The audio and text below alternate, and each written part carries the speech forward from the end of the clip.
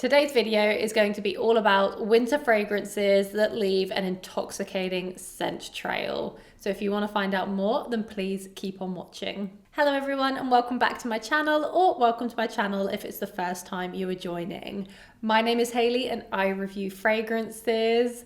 And as I already mentioned in the intro, today's video is going to be all about winter fragrances that leave an intoxicating scent trail. I think the winter season is the best season to pull out some of the heavy hitters, the ones that are probably a little bit too strong to wear in the summertime, and the ones that also have a really big scent bubble. So I guess without further ado, let's jump straight into the first fragrance. Actually, before I jump into the first fragrance, I would really appreciate it if you could subscribe to my channel. It really helps this channel out and I would love to have you part of this amazing community. So now that is out of the way, let's jump into the first fragrance. So I'm going to start off with Baklava Royale by Navitus. This is the collaboration with Gabby Loves Perfumes and Navitus.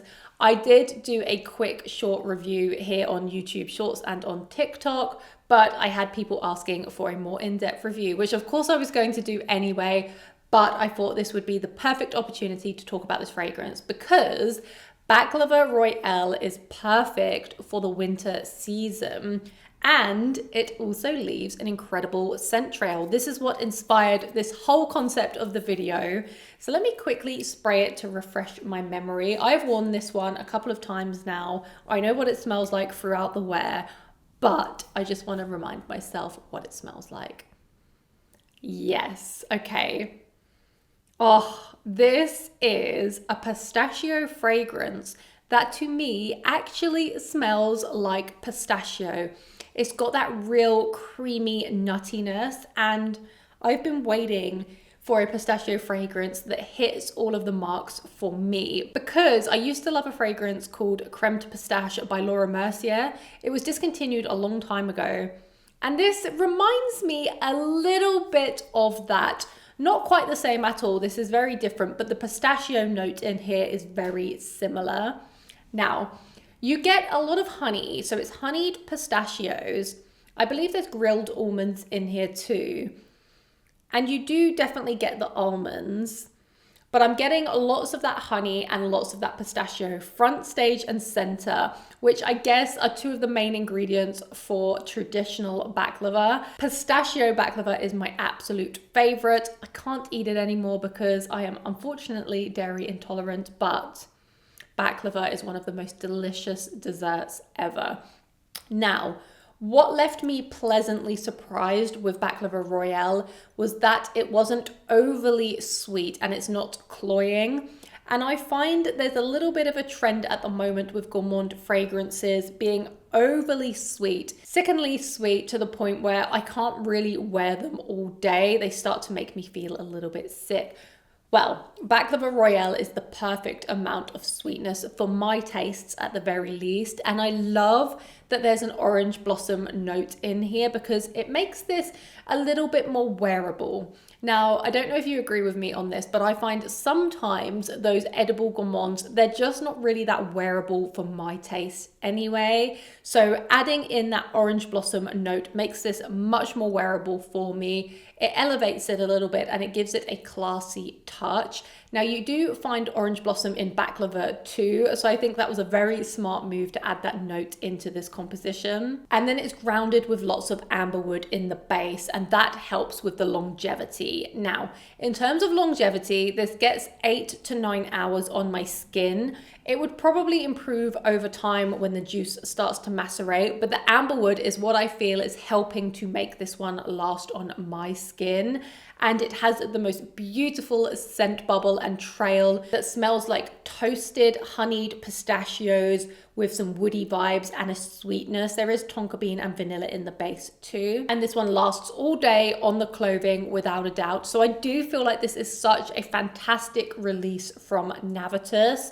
I would love to know if any of you have also tried this one yet and what you think about it. But Gabby, you did such a fantastic job on this.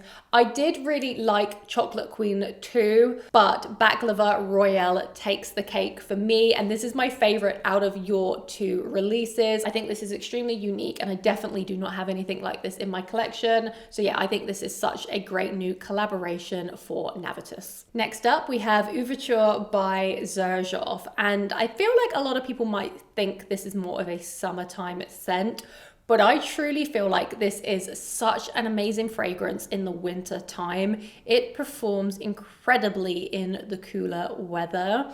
Now, this is quite a complex, kind of fresh, green, fruity, floral, woody scent. It's quite hard to describe. It has a very green fig leaf note in the opening, and I absolutely love fig leaf in fragrances. But then it has this very smooth, woody base, which is quite creamy too. And I feel like the creaminess comes from the mixture of the sandalwood and the cashmere. You've got some vanilla in here too. And then there's a prominent note of ylang ylang, which gives this an almost tropical feel to it. Now, you're probably thinking, tropical in the winter. Trust me on this. Try this in the cooler climate, because this one will absolutely shine and will project like crazy. It does project too in the summer, but I do feel like this works all year round in my opinion. You've got a little bit of a juicy citrus up the top from mandarin. There's also some magnolia, I believe, and other florals like jasmine and rose. There's a slight touch of cinnamon, and then you get that really creamy sandalwood vanilla base with the cashmere too. Lots of greenness from the fig. It's so unique, honestly. Like, I feel like this is so hard to describe because it's a spicy green, fresh, woody, floral, absolutely incredible, so underrated. I feel like not enough people talk about this one. Of course, people do talk about it, but not as much as I feel like it deserves. Such a fantastic fragrance for the winter time, but also versatile because you can wear this one all year round. Next up is Suma Oriental by Nuit Nomade. Perfect for the winter season. If I had to pick one fragrance for the winter from Nuit Nomade, I would pick Suma Oriental. I feel like they have such a good collection that is suitable for this season too. I would also pick Sugar Leather, Ambre Kajar. I would also say Jardins de Misfa, but there is something so warm and comforting about Suma Oriental. It's spicy, it's ambery, it has a cacao note in here. Absolutely delicious for this time of the year.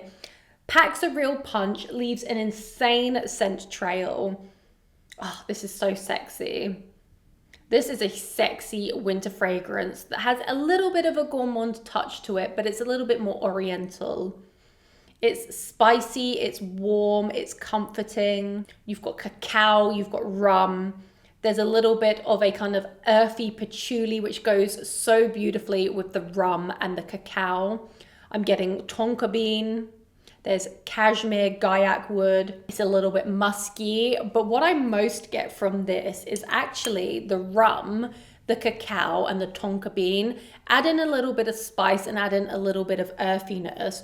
Would highly recommend sampling this one from Nuit Nomade if you have not already, because I haven't given it enough love on my channel yet. You will probably already know that I love Nuit Nomade as a brand. I feel like it's a very accessible niche house that offers lots of different size formats at a great price. And I feel like Suma Oriental is just that perfect winter fragrance that leans a little bit gourmand, but it's not really a gourmand, and it's definitely going to turn heads this winter season. Projection, amazing, lasts all day without a doubt. Yes, this is a bit of a showstopper. Next up, we have Wezen by Tiziana Terenzi, and this is one of their latest releases. I smelt this one back in, when would it have been? At least 4 months ago, at an event I went to at Harrods, and I've been waiting for this one to release because I feel like so many of you are going to love this one. The bottle is super heavy and really, really reflective, but the juice inside is phenomenal. This smells almost like Brompton Immortals by Ex Nihilo and Oud for Greatness by Initio had a baby. Imagine adding a rose note to Oud for Greatness and dialing down that kind of pepperiness that Oud for Greatness has. Oh, this is so, so special. My husband absolutely loves Wezen, and I can see why. It's totally unisex, And it's a beast mode fragrance. People are absolutely going to smell you wearing this one. It's going to last all day. Now, in terms of the notes, it's quite complex. There's a lot going on in here, which is why I've given you a reference point of what I feel like it smells a little bit similar to, because there are a lot of notes going on in this composition. You've got nutmeg, you've got saffron, you've got rose, there's some oud, you've got lavender, you've got incense. I think I already said rose, but if not, it's got rose. There's some amber, there's some oak moss, but the notes that I really get from Wezen are lavender, not too much lavender though. I definitely get the saffron. I get the rose, but not too much rose. I wouldn't call this a rose oud. You definitely get a lot of oud, but a very smooth, wearable oud.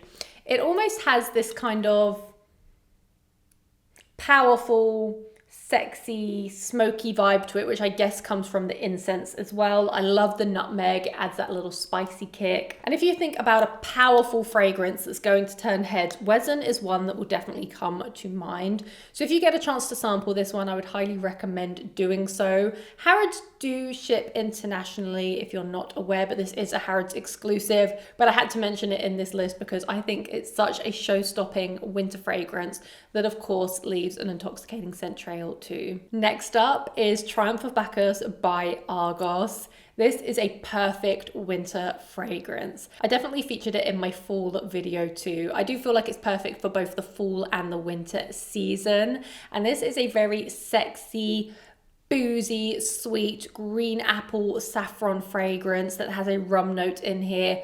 Very, very delicious, very head turning. It is strong, so I can't wear many sprays of this one myself. It's quite new to my collection, but you can see I haven't made a huge dent in it, but I promise you this fragrance is incredible. I would give it a 10 out of 10.